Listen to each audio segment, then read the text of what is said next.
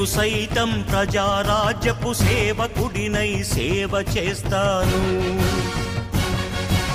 నేను సైతం ప్రజారాజ్యపు శ్రామికుడినై సాయపడతాను.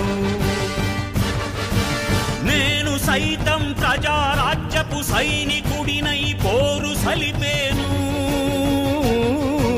నేను సైతం ప్రజారాజ్యపు సేవకుడినై సేవ చేస్తాను. ఈ శుభ సందర్భంలో మహాకవి శ్రీశ్రీ గారి మాటలు ఒక్కసారి గుర్తు చేస్తున్నాను.